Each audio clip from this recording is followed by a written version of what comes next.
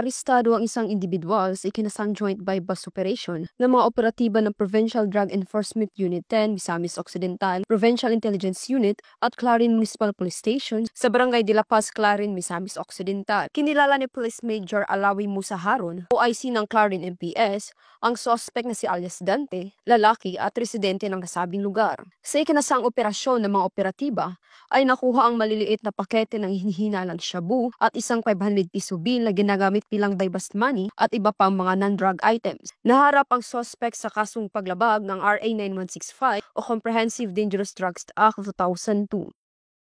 Mula dito sa Cap Vicente G. Alagar, Cagayan de Oro City, ako ang New Police Street Network Correspondent, Patrolling Manuel Mipi Sanchez, alagad ng Katas, Kagataguyik, Ipalitang Pulis.